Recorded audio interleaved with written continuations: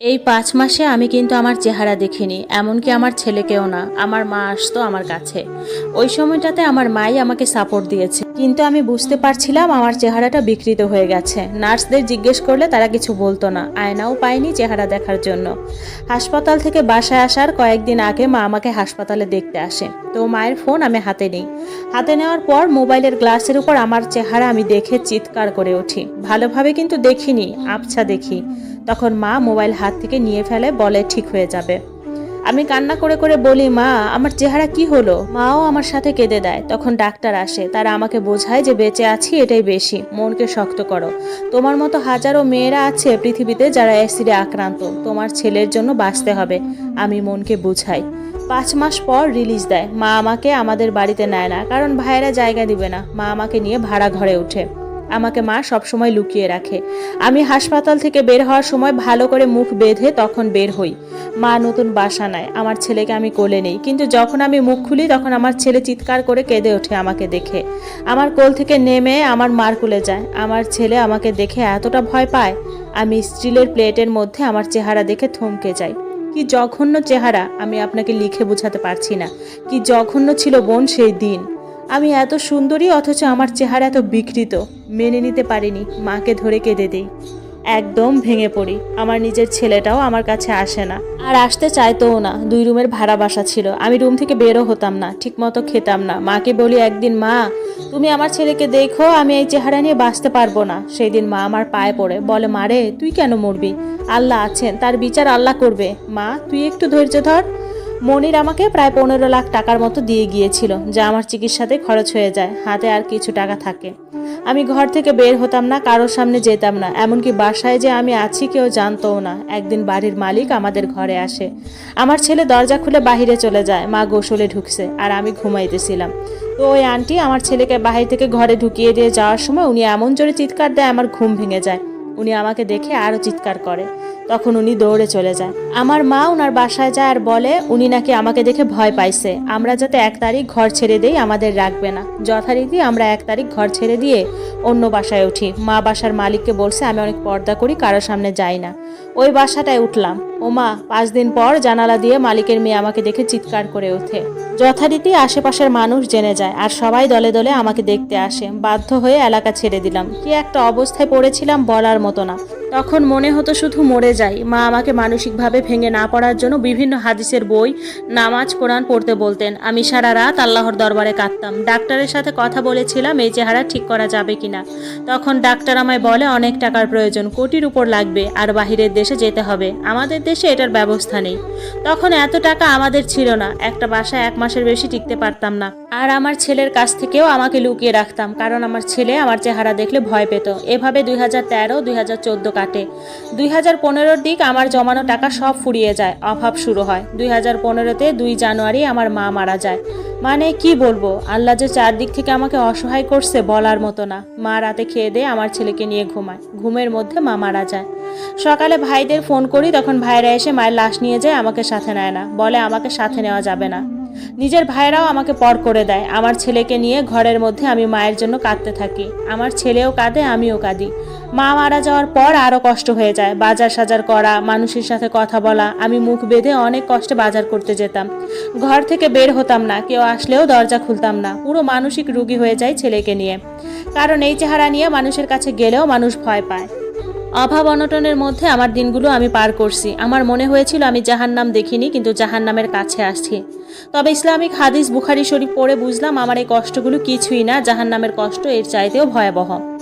এত কিছুর পরেও আমি নামাজ ছাড়িনি। আমার বাচ্চা ক্ষুধার জ্বালায় কাঁদতো। আমি আমার বাচ্চার পেটে সূরা ফাতিহা পড়ে ফু দিতাম, যাতে খিদা না লাগে। আল্লাহকে বলতাম, আল্লাহ আমাদের তুমি পেট দিছো, কিন্তু আল্লাহ তুমি খিদা দিও না। আমার পাপের ফল প্রতি মুহূর্তে আমি ভুগছি, তাতে আমার কোনো আফসোস নাই। কিন্তু যত আফসোস আমার সন্তানের জন্য। আমার সন্তান যদি না থাকতো তাহলে আমার কোনো চিন্তা থাকতো না।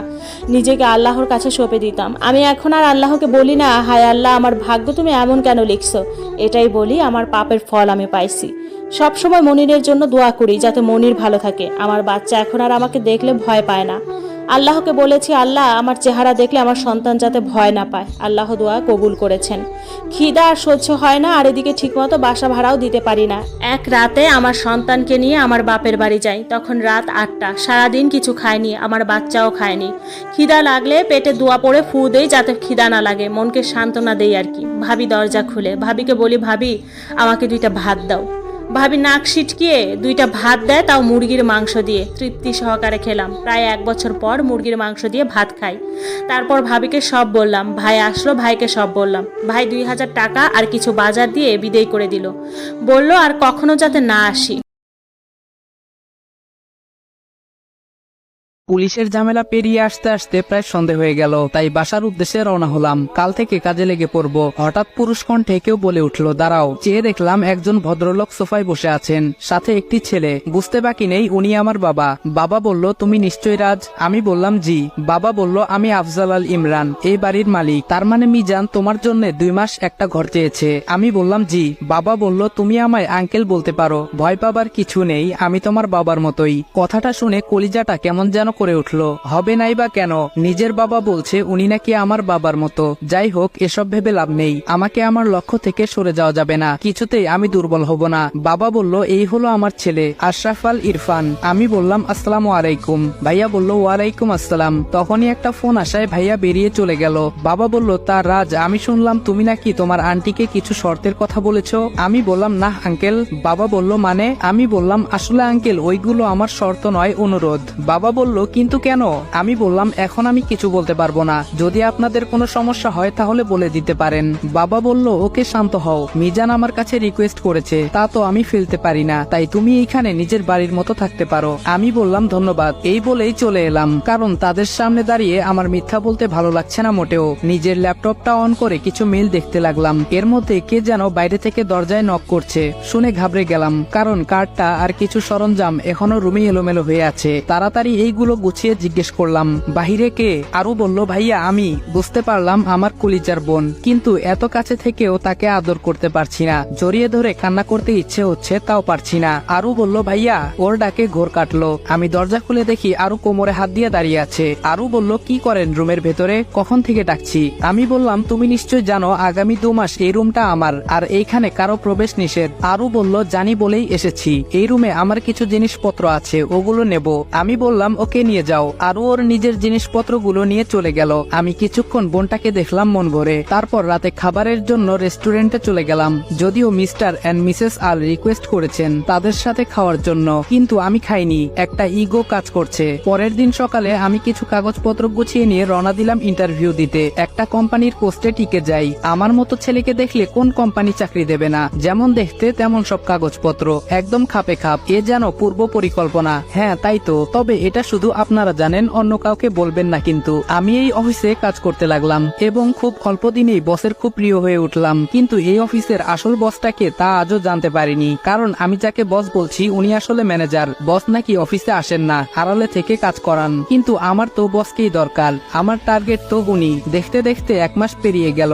আমি আমার মিশন অনুযায়ী কাজ করতে লাগলাম। মিশনটা অনেক জটিল, যেটার ফুল ডিটেলস গল্পে দিতে গেলে গল্পই এলোপাথারি হয়ে যাবে। এই 1 মাসে আমি অনেক তথ্য ইনফরমেশন বের করেছি, যেগুলো আমার মিশনে কাজে লাগে, কিন্তু কোনোভাবে অফিসের বসের কাছে পৌঁছতে পারিনি। এমনকি জানতে পর্যন্ত পারিনি বসের নামটা কি। যিনি আমার বস অর্থাৎ ম্যানেজার, উনি নিজেও নাকি বসকে চিনে না। কি মুশকিল বলুন তো। আজ অফিস থেকে বাড়ি ফিরে দেখি বাড়ি ভর্তি মেহমান বসে আছে। বাবা মা ভাইয়া ওনাদের সাথে কথা বলছে, আপ্যায়ন করছে। মেহমানদের মধ্যে একজন পুরুষ আর একজন মহিলা, আর আমার বয়সী একটা সুদর্শন ছেলে বসে আছে। দেখে বোঝাই যাচ্ছে বিয়ের সম্বন্ধ নিয়ে কথা চলছে। তারপরই আমার মনে হলো, আরে আমার বোনের বিয়ের কথা হচ্ছে মনে হয়, এজন্যই ওনারা এসেছেন। তাই পাশ কাটিয়ে উপরে চলে যাচ্ছিলাম, পেছন থেকে এক ভদ্রলোক বলে উঠলেন, মিস্টার আল, এই ছেলেটাকে তো চিনলাম না। বাবা আমাকে কাছে ডাকলেন। বাবা বললেন, রাজ এদিকে আসো। এই হলো রাজ, আমাদের বাড়িতে 2 মাসের জন্য ওর একটা কাজে এসেছে। ভদ্রলোক বলল, ও আচ্ছা।